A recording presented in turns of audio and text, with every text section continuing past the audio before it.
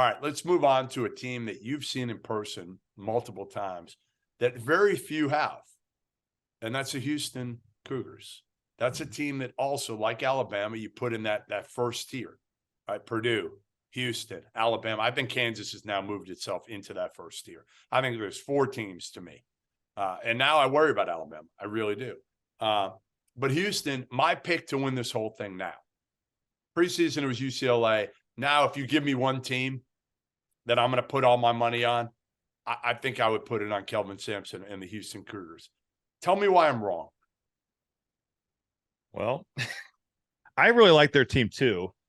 I think the American doesn't test you the way that Kansas is going to be tested or Purdue is going to be tested. Certainly Memphis gave them a game in the Fertitta Center, and Kendrick Davis didn't even play.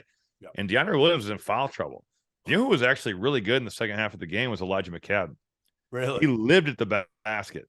I really like Houston. I think offensively they have some shortcomings at times, even though I really like Marcus Sasser. What are they?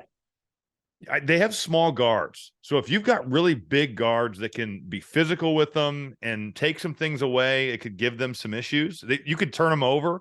Memphis really turned them over in that game. I want to say they had let me look. They had only 11. It felt like more. The last 2 games, actually, that they had played in the regular season, Houston had 39 turnovers in those 2 Memphis wins last year. Wow. So I think you can turn them over, even though I really like Shed, and I really like Sasser, and I really like Mark. I like all 3 of their guards. I wouldn't say they have a dominant big that scores it, even though I like Juwan Roberts. They'll play through him some. Yeah. If you can handle the initial surge of Houston's defense, the initial pressure, you can find opportunities. Like if you've got somebody that the trap isn't going to make them just turn it over, and you can short roll a big, or you can get it to the weak side, or you can skip it out of the post, you can find open shots.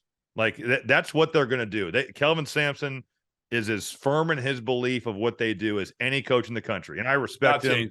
Yeah, no, and I respect him for it. That's much like what we've seen in the Big Ten from Northwestern this year.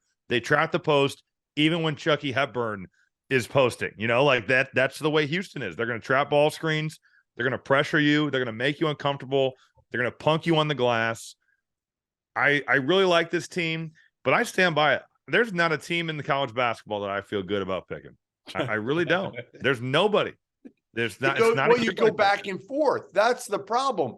Yeah. It's kind of whoever's hot, obviously, you like, right? Alabama was hot for a while. Purdue was great. Houston, again, you just don't see Houston enough against quality competition. Right.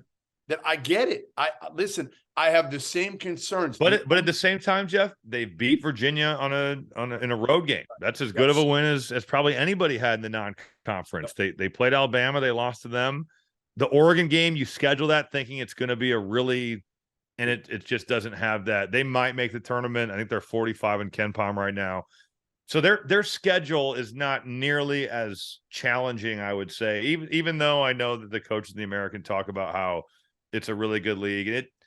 It's honestly been Houston and Memphis and then kind of everybody else. It's a mid-major plus league. That's what it is. I mean, let's face it. That's right now that's what you'd call it. Jarris Walker, before we get on to the next subject, came in with a lot of hype. Top.